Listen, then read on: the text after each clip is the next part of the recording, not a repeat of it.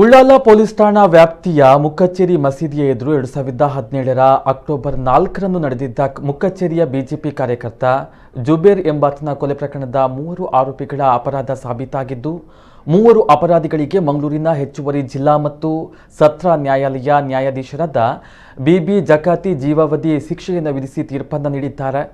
Nizam alias Nizamuddin, Thaju alias Tajuddin ಮತ್ತು Mustafa alias Mohammed Mustafa ಜೀವಾವಧಿ ಶಿಕ್ಷೆಗೆ ಒಳಗಾದವರು.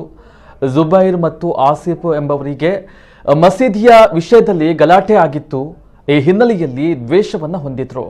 2016ರಲ್ಲಿ ರಂಜಾನ್ ಹಬ್ಬದ ಹಿಂದಿನ ದಿನ ಜುಬೈರ್ಗೆ ಮುಕ್ಕಚ್ಚೇರಿಯಲ್ಲಿ ಆಸಿಫ್ ಮತ್ತು ಆತನ ಗೆಳೆಯ ಅಲ್ತಾಫ್ ಎಂಬವರು ಹೊಡೆದಿದ್ರು. ಇವರ ವಿರುದ್ಧ ಜುಬೈರ್ ಪೊಲೀಸರಿಗೆ ದೂರನ್ನು ನೀಡಿದ್ರು. ಉಳ್ಳಾಲ ಠಾಣೆಯಲ್ಲಿ ಪ್ರಕರಣವನ್ನು ದಾಖಲು ಮಾಡಲಾಗಿತ್ತು. ಅಲ್ಲದೆ ಅಲ್ತಾಫ್ ವಿರುದ್ಧ ಗೂಂಡಾ ಕಾಯ್ದೆ ಹಾಕಲಾಗಿತ್ತು. ಈ ಹಿನ್ನೆಲೆಯಲ್ಲಿ ಜುಬೈರ್ ಮೇಲೆ ಅಲ್ತಾಫ್ಗೆ ದ್ವೇಷವಿತ್ತು.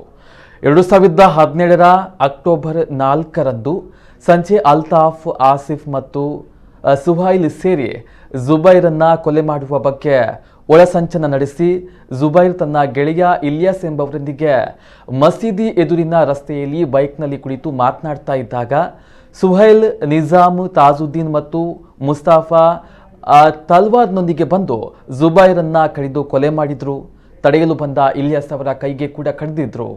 ಅಂದಿನ ಪೊಲೀಸ್ ನಿರೀಕ್ಷಕ ಗೋಪಿಕೃಷ್ಣ ಕೆಆರ್ ಅವರು ತನಿಖೆಯನ್ನು ನಡೆಸಿ ದೋಷಾರೋಪಣಾ ಪಟ್ಟಿಯನ್ನು ನ್ಯಾಯಾಲಯಕ್ಕೆ ಸಲ್ಲಿಸಿದ್ರು. ಈ ಪೈಕಿ 5ನೇ ಆರೋಪಿ ಅಲ್ತಾಫ್ ಮೃತಪಟ್ಟಿದ್ದ. ಪ್ರಮುಖ ಆರೋಪಿ ಸುಹೈಲ್ ತಲೆಮರೆಸಿಕೊಂಡಿದ್ದಾನೆ.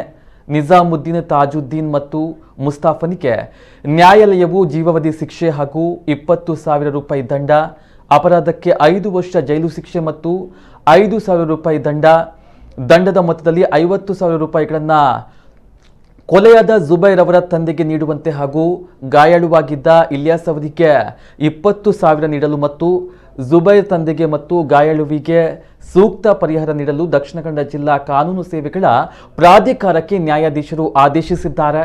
ಸರ್ಕಾರದ ಪರವಾಗಿ ಸರ್ಕಾರಿ ಅಭಿಯೋಜಕ ನಾರಾಯಣ ಶೇರಿಗಾರಿಯು ಅವರು ಪ್ರಕರಣದಲ್ಲಿ ವಾದವನ್ನು ಮಂಡಿಸಿದ್ದಾರೆ.